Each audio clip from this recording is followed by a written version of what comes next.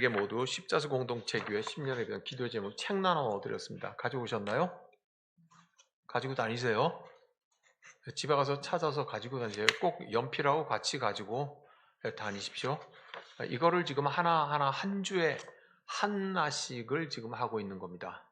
예. 여기에 보면 3페이지, 세 번째 페이지에 저렇게 쓰여 있습니다. 세 번째 페이지 밑에 첫째 예배의 공동체가 되겠습니다 하고 1번이 있습니다. 다 같이 읽겠습니다. 사람의 최고 목적은 하나님을 예배하는 것입니다. 동그라미 1번. 우리는 일만 하기 위해서 지음받지 않았습니다.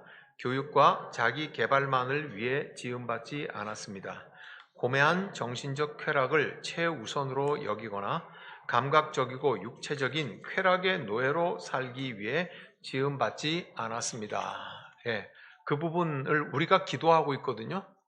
우리 십자수 공동체 교회 기도 제목 중에 하나인데 우리는 왜 기도를 하냐? 이 기도는 무슨 의미인가? 알고 해야 되겠죠. 그죠? 예.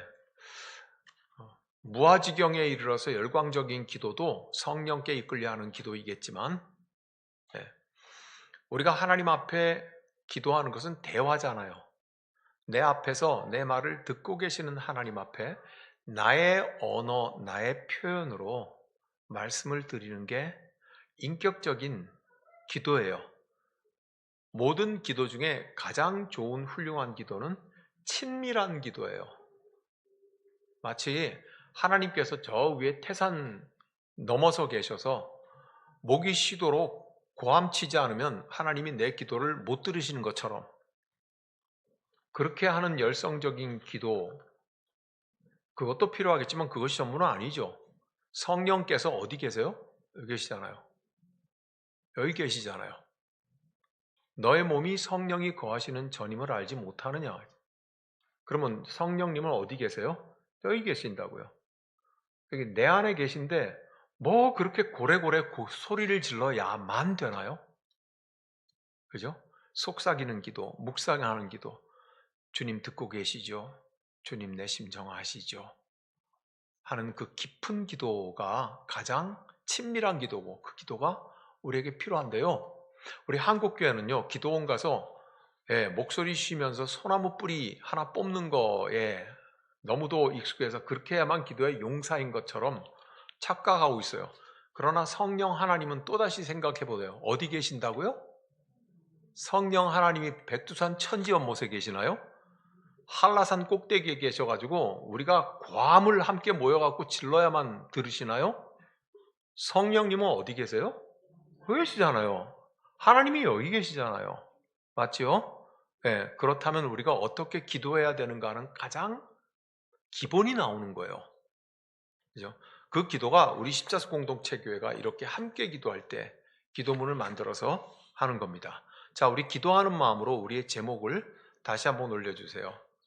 기도하는 겁니다. 우리 십자수 공동체 교회의 첫 번째 방향, 예배의 공동체가 되겠다고 하는 기도입니다. 1번 시작. 사람의 최고 목적은 하나님을 예배하는 것입니다. 우리는 일만 하기 위하여 지음받지 않았습니다. 교육과 자기 개발만을 위하여 지음받지 않았습니다. 고매한 정신적 쾌락을 최우선으로 여기거나 감각적이고 육체적인 쾌락의 노예로 살기 위해 지음받지 않았습니다. 그 맨 밑에 있는 건 기도하시면 안 돼요. 네, 여기까지가 기도예요. 저 기도를 우리가 왜 해야 되는가? 저 기도의 의미는 무엇인가? 하는 뒷부분을 먼저 살펴보고, 어떤 뒷부분이에요? 감각적이고 육체적인 쾌락의 노예로 살기 위해서 평생 마치 만들어진 사람처럼 그렇게 사는 사람이 있잖아요. 그러기 위해서 우리는 지음받은 사람들이 아니다. 고 하는 것을 오늘 삼손을 통해서 보는 거죠. 1절을 한번 읽어보겠습니다. 1절 다 같이 시작. 이스라엘 자손이 다시 여호와의 목전에 악을 행하였으므로 여호와께서 그들의 40년 동안 블레셋 사람의 손에 넘겨주시니라. 여러분은 3페이지에 이 3페이지의 맨 밑에 부분에 오늘 이 기도의 뜻은 사사기 13장 1절에서 7절까지라고 본문을 적어놓고 그리고는 그 본문 성경을 읽으며 우리가 위에 있는 기도의 제목을 이걸 들고 기도하는 것이죠. 이거 안 들고 다니시는 것은 이 기도 안 드린다는 뜻이에요. 명백해요. 그러니까 다음 주부터는 주일날 오실 적에는 반드시 가지고 오시고요. 만일 정녕 잊어버리셨으면 교회 사무실에 다시 하나 달라고 하십시오. 장로님들부터 그렇게 하십시오. 권사님들부터 그렇게 하십시오. 안수입사님들부터 먼저 그렇게 하셔서 주일 예배 때는 반드시 합시오. 배우고 익히는 것은 우리가 하나님의 품에 갈 때 끝까지 하는 거예요. 얼마 전에 봤는데요. 103세 되신 할아버지 남자분이신데요. 그분이 70세가 되었을 적에 내가 이제 다 은퇴하고 있으니 이제 뭘 더 이상 할 수 있을까 싶어서 아무것도 안 하고 파크 골프 치셨대요. 뭔지 아시죠? 게이트볼 말이에요. 그거 치러 다니셨대요. 80이 되고 나니까 아유 이제 내가 다리 힘도 빠지고 여행도 못 갔는데 뭘 더 이상 할까 싶어서 하루 종일 밥 먹고 산보하러 다니셨대요. 그러고 나가지고 10년이 지나니까 90세가 되니까 내가 70세 때 뭔 생각을 했기에 오늘까지 내가 이토록 아무것도 안 하고 사나 싶더래요. 그러면서 그때부터 시작을 해서 일본어를 공부하고 영어를 공부하셨대요. 90세 된 분이 그때부터 지난 20년 전 70살 때부터 돌아보니까 아무것도 안 하고 살았다는 거예요. 그러면 지금 내가 90이지만 앞으로 몇 년을 더 살지 아무도 모른다. 그럼 이제부터라도 내가 놀 수 없다 생각해서 연필 들고 눈도 침침하지만 일본어 히라카나 가다카나 외우고 영어 단어 외워가면서 배우기 시작했대요. 10년이 지났대요. 100살 때가 되었대요. 영어도 일본어도 읽고 쓰고 말하게 되었대요. 그분이 103세시더라고요. 그러면서 오늘도 나는 꾸준히 공부하고 배웁니다. 그래요. 사랑하는 여러분, 나 80 넘었으니까 아무것도 못한다 그런 말이 해당이 안 될 거예요. 그래서 갖다 제가 드린 거예요. 이거 나눠드렸으니까 꼭 연필하고 같이 가지고 다니시면서 적으세요. 눈이 침침해도 감은 오잖아요. 쓸 수 있잖아요. 그렇게 갖고 적으시면서 공부하는 십자수 공동체 교회에 대해 믿습니다만 하는 교회는요. 기초가 부실해요. 어려움 만났을 적에 믿다가 자빠진다니까. 공부해야 돼요. 뭘 공부해야 되고 성경을 공부해야 돼요. 뭘 공부해야 돼요? 우리가 왜 기도하는지를 공부해야 돼요. 우리가 무슨 기도하는지를 공부해야 돼요. 선교하러 가는 선교팀들이 우리가 선교하러 가고 우린 예수 믿으니까 믿습니다. 아무것도 안 하고 펄펄 끓는 기도만 한다? 아니죠. 선교지에 가서 복음을 설명해야 되잖아요. 몸으로도 설명하지만 말로도 설명해야 되고 그러려면요. 선교팀도 공부해야 되는 거예요. 우리가 필리핀의 빈곤 지역을 가잖아요. 필리핀이 어떤 역사를 가지고 있으며 빈곤이란 도대체 무엇인가? 그러면 어떻게 해야 되는가? 공부해야 돼요. 그런 뜻에서 이런 맥락에서 제가 우리 교우들에게 꼭 말하는 게 그거잖아요. 목사를 제발 좀 근심하게 만들지 말고 공부하게 만들으라고. 제가 공부해야 여러분들이 유익이 있어요. 여러분들이 공부해야지 제가 힘이 나고요. 그래서 우리 십자수 공동체 교회가 이 많은 기도의 제목들을 차곡차곡 기도하는데 이 기도는 도대체 무슨 뜻이야? 성경에는 어떻게 이 기도가 녹아 있어? 그거를 알아야 할 필요가 있다 이 말이죠. 부디 교만하지도 않은데 교만한 것처럼 보이게 이것도 잊어버리고 연필도 잊어버리고 나는 다 안다 믿습니다만 하면 된다 그러지 마세요. 믿습니다만 하는 교회는요 어려움 만나면 진짜 자빠지니까 믿다가 자빠진다고요. 내용이 없어서 자빠지는 거예요. 골다공증이 그런 거잖아요. 신앙적인 골다공증인 거예요. 뼈대는 있는데 뼛속이 꽉 차지 않으니까요 조금만 있으면 부러지고 넘어지는 거란 말이죠. 그래서 제가 이 길을 가는 건데 잔소리가 길었습니다만 처음 하는 잔소리니까 길게 하고 다음부터는 잔소리 안 하려고요. 합의 봤죠? 네. 자, 사사기 13장 1절 다시 한번 이제 읽고 짧게 갈게요. 13장 1절 시작. 이스라엘 자손이 다시 여호와의 목전에 악을 행하였으므로 여호와께서 그들을 40년 동안 손에 넘어 주니라. 이스라엘은 지금 악한 시대의 한가운데 있다고 성경이 쓰고 있어요. 이스라엘 자손이 다시 여호와의 목전에 악을 행했기 때문에 여호와께서 40년 동안 블레셋 사람들이 짓밟도록 허락하셨대요. 우리 일제 36년은 일도 아니겠죠. 네. 그러니 시대가 악하면요, 그 악함 속에 있는 사람들은 자기 악함의 대가를 혹독하게 치를 수밖에 없어요. 이스라엘은 악했어요. 그래서 스스로 악한 시대를 만들고 자기들은 악한 시대 한가운데 거하게 됩니다. 무엇이 악했을까요? 무엇이 이스라엘이 악했을까요? 오늘도 우리가 시대가 악하다고 그러잖아요. 그럼 뭐가 악하다는 말입니까? 우정만큼 아름다운 게 없거든요. 별처럼 보석 같은 가치잖아요. 우정이 부패하면요, 친구가 친구를 배신하면요, 그게 악한 시대죠.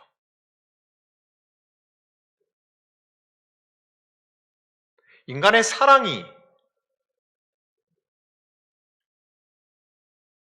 목숨을 걸 것 같이 사랑하죠.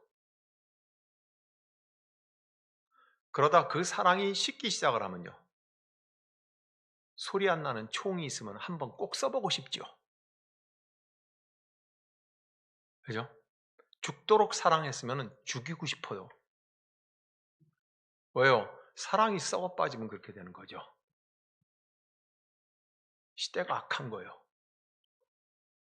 인간의 이성이, 남성 여성 말고 인간의 이성이 어느 쪽을 봐. 저는 영화를 자주 보는 편인데, 그러니까 다는 안 보고 토막토막 이렇게 보는데, 영화도 갔다가 앞에 보고 중간 보고 하면은 다 알잖아요, 끝을.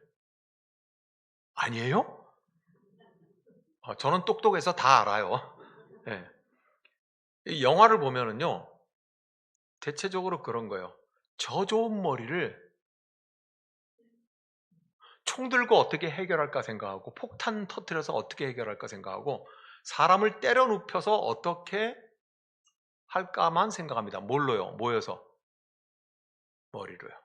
시대가 악한 거예요. 인간의 육체가 그런 거예요.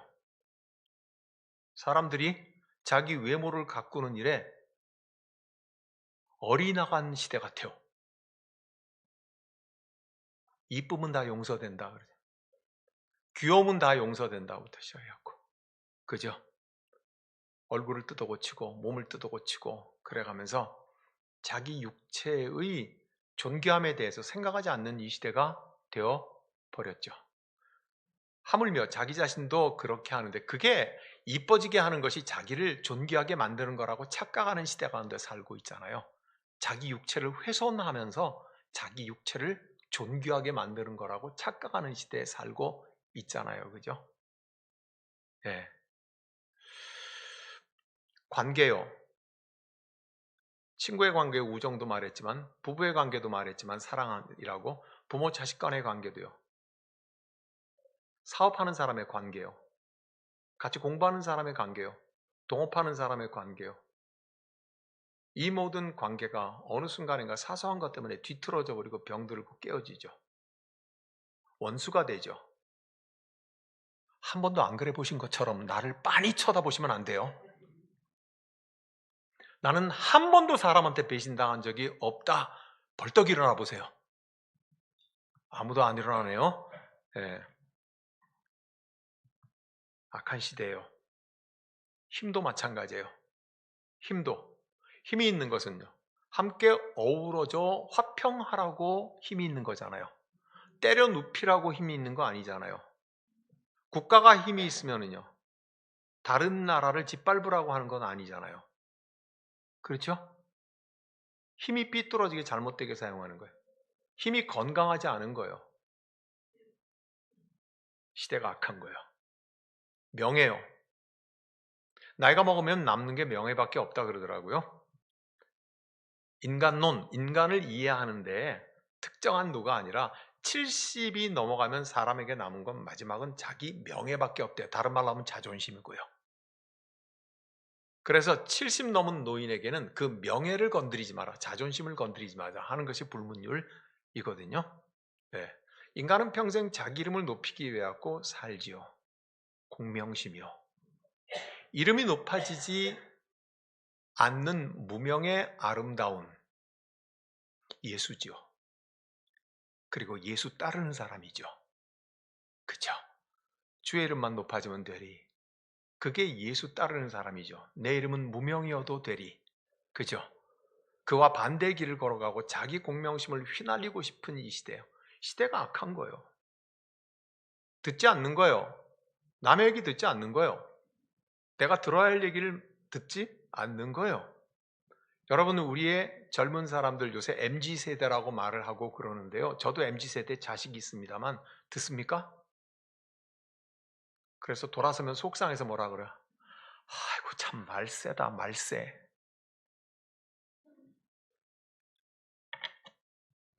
무정함의 시대.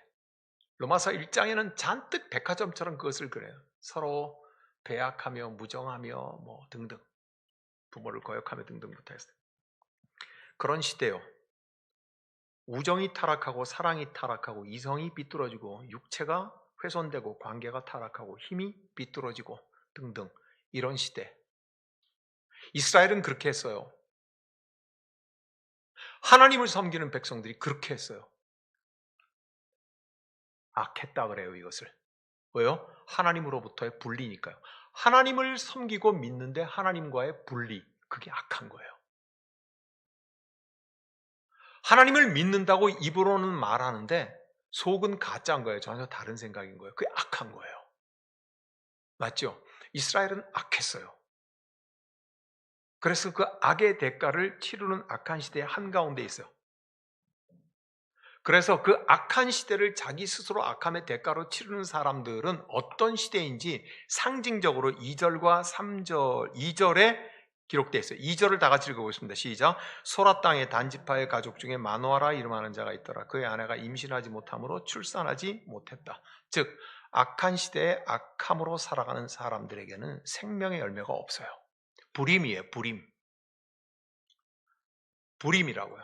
창세기 12장에서 하나님께서 아브라함을 부르실 때 11장 끝절에 뭐라고 되어 있어요? 아브라함과 사레 잉태하지 못하더라. 불임이라고요. 세상 전체를 상징하는 것 같았어요. 사람들이 각자 추구하며 그 가운데 각각 또 선한 행위도 섞여서 있으면서 살아가지만 생명을 만들어내지는 못하는 거예요. 이스라엘은 악을 행했어요. 악의 대가를 치르고 있어요. 악의 열매로 짓밟히는 열매는 있지만 생명의 열매를 맺지 못해요.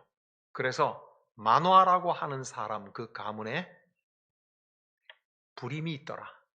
그렇게 지금 상징적으로 말을 하고 있습니다. 그런데 놀랍게도 3절입니다. 시작. 여호와의 사자가 그 여인에게 나타나서 그에게 이르시되 보라 네가 본래 임신하지 못함으로 출산하지 못하였으나 이제 임신하여 아들을 낳겠다. 이게 뭐예요? 선물을 주겠다는 말이에요. 불임의 세상의 한가운데 생명의 선물을 주겠다고 하는 거예요. 이게 삼손의 정체예요. 삼손은 누군가 뭐 태어날 때부터 뭐 있고 아니요. 그거 말고요. 삼손의 뿌리요. 삼손의 뿌리. 유대인들이 제일 논쟁을 할 적에 1번으로 하는 질문이 그거예요. 유대인끼리 논쟁을 하잖아요. 그러면 네가 뭐 잘못 알고 있는데 그러면서 이렇게 해요. 우리 유대인의 뿌리가 무엇인가부터 다시 공부하라 이렇게 말해요. 유대인의 뿌리 뭐예요? 하나님의 택한 백성이라는 거예요. 그 뿌리부터 다시 공부하고 나하고 말싸움을 하자 그렇게 말을 하거든요. 삼손은 누구예요? 힘이 세. 아니 그거 말고 삼손의 뿌리가 뭐예요? 그의 생명의 뿌리는 뭐예요? 불임의 세상 한가운데 선물로 생명이 주어졌다는 거예요. 그게 삼손이라는 거예요. 그죠? 놀라운 일이잖아요? 그러면 불임의 세상 가운데 하나님께서 생명을 선물로 준 사람, 그 사람은 뭐 해야 되겠어요? 이제 그 사람은 어떻게 살아야 되겠어요? 그게 4절부터요. 4절입니다. 시작. 그러므로 너는 삼가 포도주와 독주를 마시지 말며 어떤 부정한 것도 먹지 말라. 일단 삶에 갖다 구별되라는 거죠. 가릴 게 많다는 거죠. 왜 가리라고요? 왜 먹지 말고 하지 말고 그것과 나누지라고요? 악한 이스라엘이 행했던 것, 먹었던 것, 취했던 것, 그거 얻으려고 상대편을 때려눕혀 피 흘려가면서까지 악한 행위를 했던 게 그거기 때문에 그래요. 그러니까 그것과 구별되라 그 말이에요. 왜 구별되야 되면 5절이에요. 시작. 보라 네가 임신하여 아들을 낳으리니 그의 머리 위에 삭도를 대지 말라. 이 아이는 태에서 나옴으로부터 하나님께 바쳐진 나신이 됨이라. 그가 블레셋 사람의 손에서 이스라엘을 구원하기 시작하리라는 거예요. 그가 하나님께 바쳐진 사람이래요. 그죠? 그 하나님께 바쳐진 사람은 어떤 일을 한대요? 블레셋 사람의 손에서 이스라엘을 구원하기 시작하리라. 즉 불임, 자기의 악함 때문에 생명을 낳지 못하는 이스라엘에게 생명을 주는 사람이 될 거예요. 왜? 삼손이 생명을 받은 사람이거든. 사랑하는 여러분, 삼손은 이렇게 태어난 사람이라고 지금 말을 하고 있거든요. 그러니까 삼손은 뭐예요? 포도주, 독주 마시지 말고 어떤 부정한 것도 하지 말아요. 율법에 부정한 것이 다 규정되어 있어요. 여러분 다 모두가 다 밥 먹는데 너는 죽 먹어 그러면 어떻게 할까요? 모두가 다 고기에 스테이크를 썰고 있는데 너는 시래기 죽 먹어 그러면 어떻게 할까요?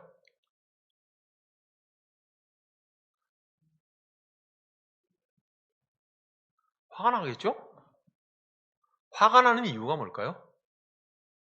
자기 혼자 소외됐기 때문이죠. 자기 혼자 분리됐기 때문이잖아요. 그죠? 삼손 즉 죄악의 세상 한가운데 즉 불임의 상징인 죄악의 한가운데 태어난 생명은 그 죄악과 결별하라는 거예요. 떨어지라는 거예요. 소외되라는 거예요.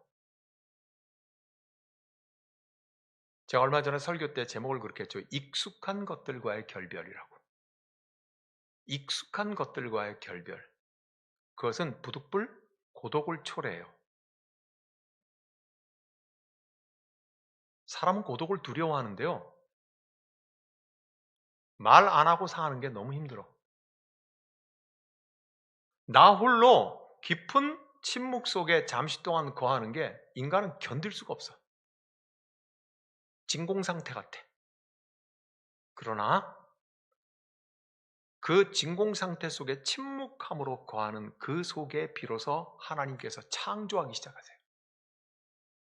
나와 대화하기 시작하시고 나를 만지기 시작하시고 그래서 그리스도인에게는요 세상과 결별하는 순간도 필요해요.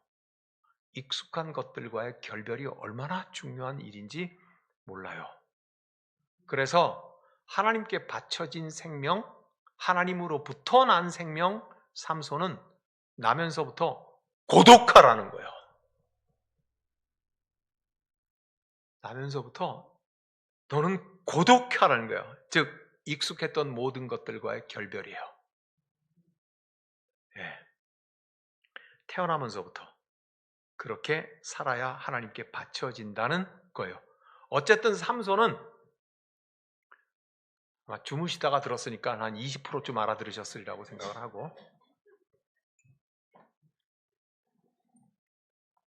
20%가 어디예요, 그죠? 삼손은 악의 시대, 즉 불임의 시대 한가운데 하나님으로부터 온 생명의 존재예요. 그 생명의 존재는 세상과 결별하고 고독한 삶을 살아서 하나님께 드려지라고 그렇게 말하고 있어요. 저와 여러분들이 두 번째, 세 번째, 열 번째 삼손이에요. 예수 그리스도의 생명의 피로 우리가 죄악 가운데 구원받았잖아요. 구분되었잖아요. 고독하라는 거예요. 수다 떨지 말라는 거예요. 세상과 같이 뒤죽박죽 섞여가지고 세상인지 그리스도인인지 알 수 없을 정도로 수다 떨지 말라는 거예요. 고독하라는 거예요. 결별하고 하나님 앞에서 울고 하나님 앞에서 기도하고 하나님 앞에서 찬송하고 너는 하나님께 드려진 거라고 하는 거예요. 그죠? 그런 의미에서 그리스도인은 두 번째, 10번째 삼손이라고 하는 말이에요. 자, 이렇게 갖고 삼손이 태어나요. 그죠? 삼손이 태어납니다. 삼손이 이렇게 해서 태어난다고요. 이제 80% 깼죠.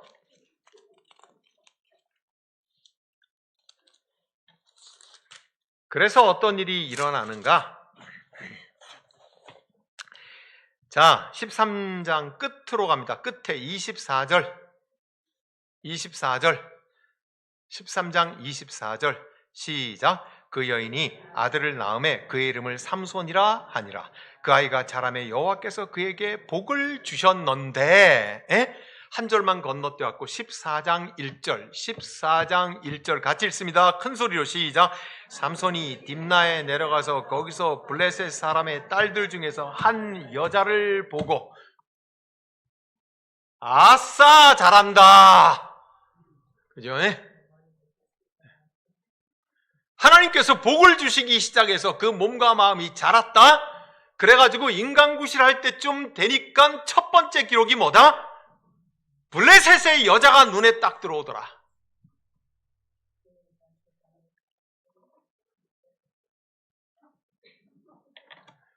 여러분, 서양의 코쟁이들 노래 중에 유명한 옛날 노래가 있어요. 잉글버트 험퍼딩크라고 하는, 이름도 어려워. 그 사람이 부른 노래냐. First time ever I saw you. Second time saw. 뭔지 알아요? First time, 첫 번째. 내가 돌이킬 수 없는 운명은 I saw you. 그대를 본 것이다. 내 눈으로. 그게 내 잘못이다. Second time. 두 번째는 내가 당신의 입술에 키스한 거. 세 번째는 내가 당신을 사랑한 거. 유튜브에서 찾아보세요. 멋진 노래예요. 아마 우리 권사님들은 홀랑반할 거라마. 예? 내 인생의 치명적인 잘못을 한 것은 내가 당신을 먼저 보았던 거고, 두 번째는 당신의 입술에 입맞춤을 했던 거고, 세 번째는 내가 당신의 전체를 사랑했던 것, 그것이다고요. First time, 첫 번째. 삼손이 뭘 했다고요?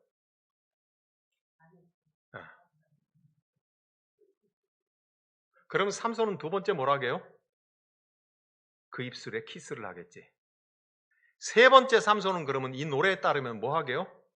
그녀를 사랑하겠지. 하나님이 복을 주셔서 인간답게 살고 온몸에 테스토스테론 호르몬이 왕성하기 시작을 하니까요. 첫 번째 했던 게 뭐예요? 여인이 눈에 들어옵니다. 삼손은 그 여인에게 집중합니다. 갈아치웁니다. 두 번째 여인으로. 또 갈아치웁니다. 점점 힘은 더 세지니까 여자들한테 인기는 더 있습니다. 마지막에 절세 미녀를 낚아챕니다. 누구게요? 누구게요? 몰라요? 딜라일라. 성경에는 들릴라라고 번역이 되어 있잖아요. 들릴라요. 이것도 노래 있어요. 톰 존스라고 하는 목소리 멋있는 호랑이 같은 사람이요. 와 딜라일라 이러면서 노래를 부르는 게 있어요. 그걸 조용남이 갖다가 우리 글로 번역을 해갖고 불렀던 것 뿐이에요. 나의 들릴라 그 창문에 희미하게 남자와 같이 비치는 그 불빛에 비치는 당신은 나를 가슴을 찢어지게 했소. 아래층에서 내가 쳐다보니까 너는 바람 피우고 있구만. 뭐 이런 노래예요. 사랑하는 여러분, 삼손은 어디에 집중했어요? 세상과 익숙했던 것들과 결별하는 데 집중하라고 하나님께서 복을 주셨더니 세상의 것에 눈가를 파묻어 버리네 아예. 그죠? 집중을 거듭해 가지고 결국은 그의 끝은 어떻게 되는지 알죠? 사랑하는 여러분, 우리 제목을 다시 한번 올려주세요. 같이 읽습니다. 사람의 최고 목적은 하나님을 예배하는 것입니다. 우리는 일만 하기 위해서 지음받지 않았습니다. 교육과 자기 개발만을 위해 지음받지 않았습니다. 고매한 정신적 쾌락을 최우선으로 여기거나 감각적이고 육체적인 쾌락의 노예로 살기 위해 지음받지 않았습니다. 이제 왜 우리가 저 기도를 하는지 아시겠죠? 네? 왜 우리가 저 기도를 십자수 공동체 교회가 해야 되는지. 삼손은 무엇하기 위해서 나실린으로 하나님께서 생명을 주셨어요? 하나님을 경배하라고요. 하나님 높이라고요. 그렇죠? 그런데 그는 처음 시선부터 하나님 아닌 것으로 가 있었어요. 우리는 쾌락에 몰두하기 위해서 지음받은 존재가 아닙니다. 그렇다면 반대 것을 함께 짧게 성경만 읽고 끝나겠습니다. 사도행전으로 가겠습니다. 저기에는 고매한 정신적 쾌락도 나오거든요. 사도행전 17장을 갑니다.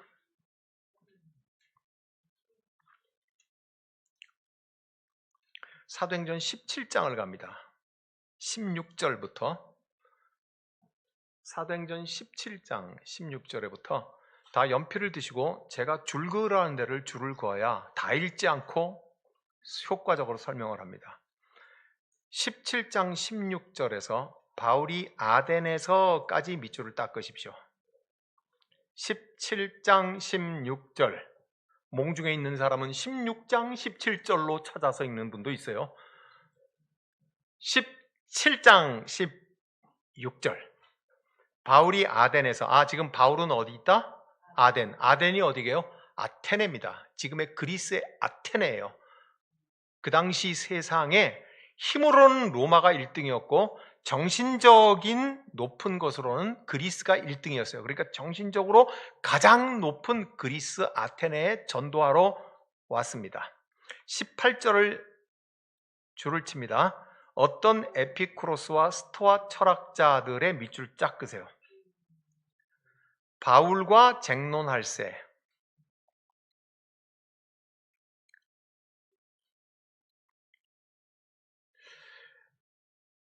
19절은 다 같이 읽습니다. 시작. 그를 붙들어 아레오바고로 가며 말하기를 네가 말하는 이 새로운 가르침이 무엇인지 우리가 알 수 있겠느냐? 계속해서 네가 어떤 이상한 것을 우리 귀에 들려주니 그 무슨 뜻인지 알고자 하노라 했어요. 에피쿠로스와 스토아 철학자들이 사도 바울 보고 야, 너 신기한 얘기, 예수 얘기 좀 한번 해봐 이랬어요. 그죠? 21절 모든 아덴 사람과 거기서 나그네된 외국인들이 가장 새로운 것을 말하고 듣는 것 이외에는 달리 시간을 쓰지 않음이더라. 다시 한번 읽어요. 모든 아덴 사람과 거기서 나그네된 외국인들이 가장 새로운 것을 말하고 듣는 것 이외에는 달리 시간을 쓰지 않더라. 뭐예요? 가장 새로운 것을 말하고 듣는 것 이외에는 달리 시간을 안 썼대. 그러니까 사도 바울이 야, 너 예수 얘기 신기하니까 새로운 얘기니까 한번 들어봐. 그 말이죠. 그 위에 18절에 밑줄 친 에피쿠로스와 스토아는 고대 유명한 철학의 두 파벌입니다. 에피쿠로스 학파, 스토아 학파.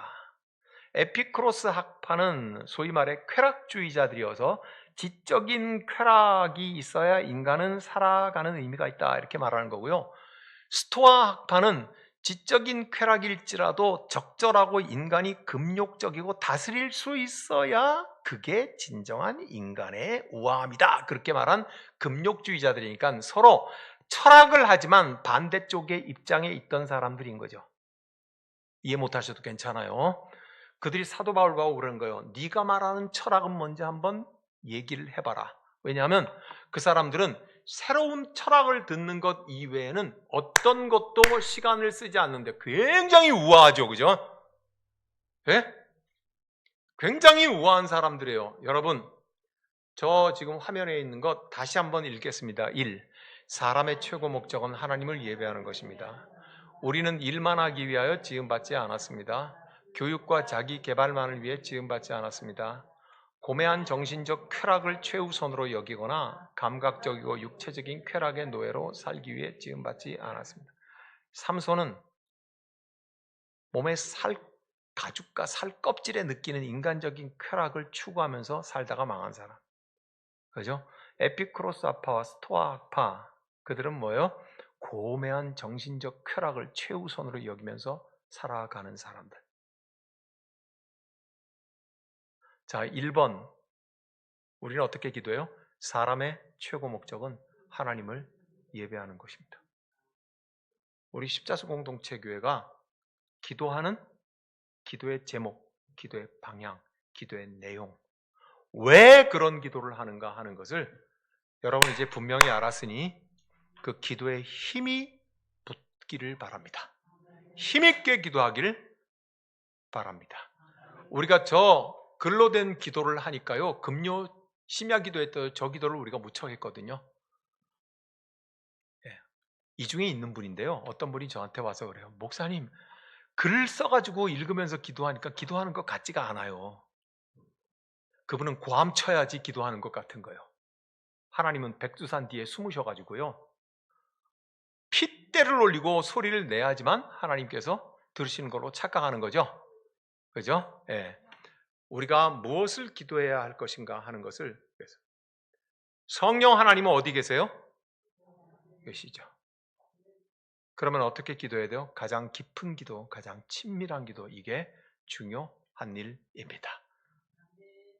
이제 우리 다 같이 어떤 기도를 할 거냐면요, 십자수 공동체 교회 예배당 건축, 새 예배당 건축을 위한 기도의 제목으로 함께 기도하겠습니다. 올려주세요. 1번부터 기도합니다.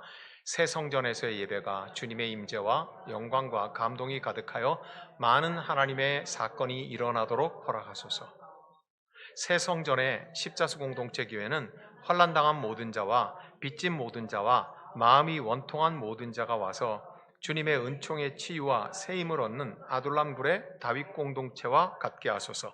사무엘상 22장 1절 2절 말씀.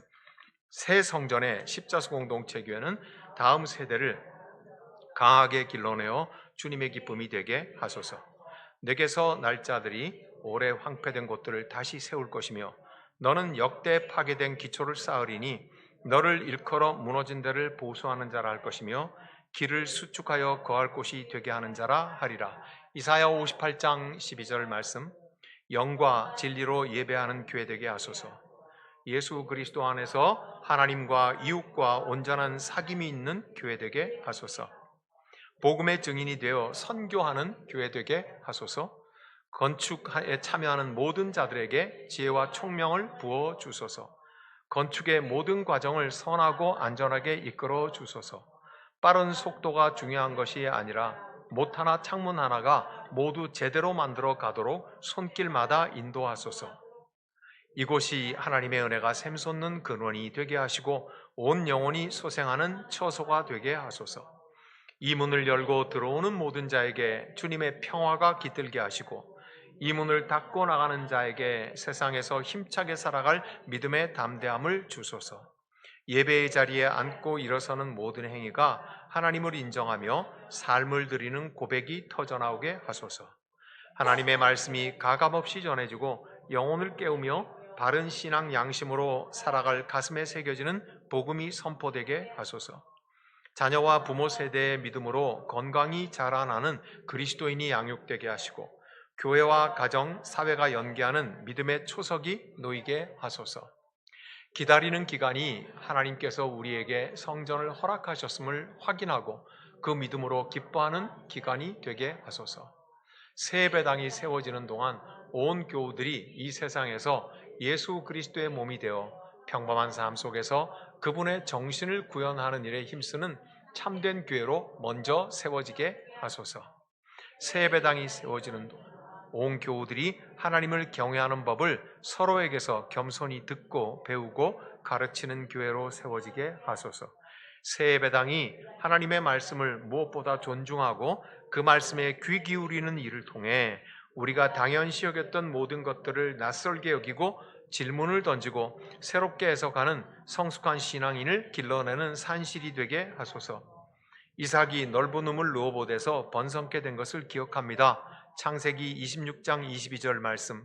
새 예배당에서는 장소뿐만이 아니라 마음의 넓음이 온 교우들에게 생겨서 나와 다른 사람을 인정하고 환대하며 소외된 사람들의 친구가 되며 서로를 일으켜 세우는 공동체가 되게 하소서.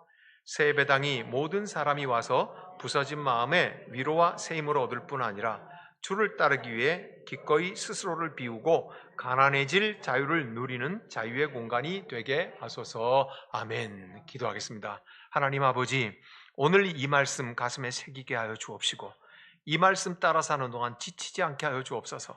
사람의 최고 목적은 하나님을 예배하는 것임을 알았습니다.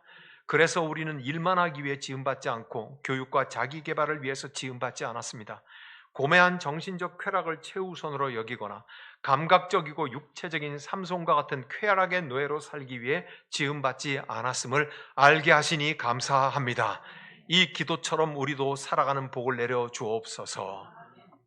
지금은 우리를 구원하신 예수 그리스도의 은혜와 하나님 아버지 크신 사랑과 성령의 사귐과 인도하심 따라서 하나님을 예배하며 살아가기를 결심하는 여러분들에게 지금부터 영원토록 함께 하시기를 간절히 축원하옵나이다. 아멘.